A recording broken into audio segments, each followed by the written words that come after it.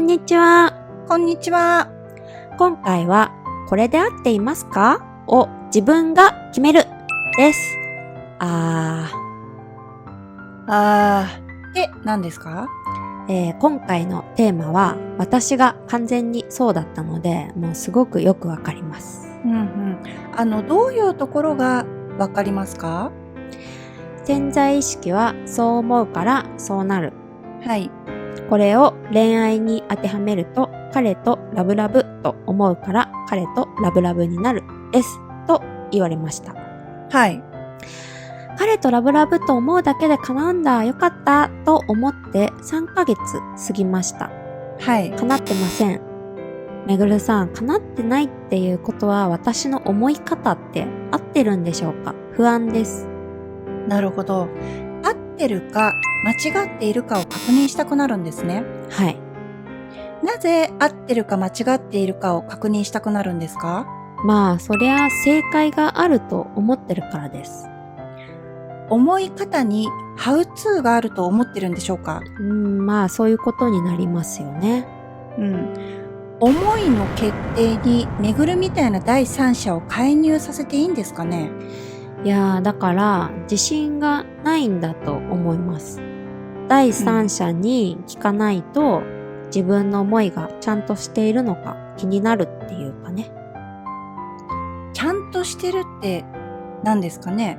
じゃあ仮にさ、うん。彼と豪遊しまくる贅沢三昧の生活を送っていますうんっていう思いを設定したら、イルルさんならどう思う？ちゃんとした思いだ、合ってるって思う？いや、まあ私の考えとは違うけど、それはそれでありなんじゃないですかね。じゃあ彼と倹約を楽しみながらつつましやかな生活を送ってますみたいな思いは？まあ、これも私の考えとは違うけど、これはこれでありだよね。じゃあこれは、私は彼に溺愛されまくって幸せです。これは今までの中では一番近いかもしれないですね。これ合ってる思いの設定、間違ってる思いの設定ってないですよね。ないですね。全部合ってますよね。はい。だから思いの設定に合ってる間違ってるなんてそもそもないんですよ。人それぞれに決まってるじゃないですか。ただしいつもできれば当にうまくいっている自分の意識で設定してくださいねって言ってますよね。はい、そうですね。となると仮に彼と何が何でも復縁しますっていう思いの設定が合ってるか間違ってるかって言われたら、やっぱり間違ってはいないんですよ。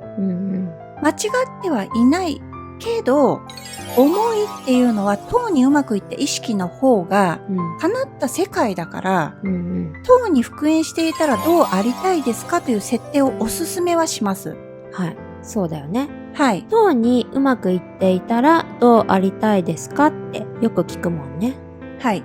だけどだよ、何が何でも復縁しますっていうのは、これから叶える意識には確かになるけど、じゃあこの人が叶わないのかといったらそういうわけでもないんですよ。発信者のこちら側としてはね、みんなにそのうまくいきやすい思考は、当にうまくいっている意識だからそれをお伝えしますよ、そりゃ。だけど人によってはね、これから山頂のゴールを目指して登る山登りの方が性に合っていて、そうしたい人だっているわけですよ。だからそこを全否定してるわけではないんです。そうなんだよね。でもついついこうしたら叶う、こうやれば叶うっていうハウツーがあるんじゃないかって思っちゃうんだよね。だからね、それはこれと同じなんですよ。過去動画でやったので概要欄に URL を貼ったので見てほしいんですけど、簡単に言うと2プラス3イコール四角なんですね。この場合四角に入るのは5ですよね。2プラス3だから。はい、そうですよね。で、これ四角を復縁するみたいに仮定するとしますよね。で、A プラス B イコール復縁するとしますね。そうすると A というハウツーと B というハウツーをやれば復縁できるみたいな、こうすれば叶うっていう思考回路になるんですね。まるでだから今お伝えした2プラス3イコール5みたいに。はい、そうですよね。でも、これがもしも四角プラス四角イコール5になると様子がガラッと変わるんですよ。で、5の部分をとっくにうまくいってて彼とラブラブな私としますよね。それだけが決定事項になるんですよ。要は思いを決めた状態が5。はい。そうなると、四角プラス四角っていうのは、1プラス4かもしれないし、2プラス3かもしれないし、4プラス1かもしれないし、3プラス2かもしれないですよね。はい、そうだよね。要は、四角プラス四角っていうのは、どうなるかは未知数ってことだね。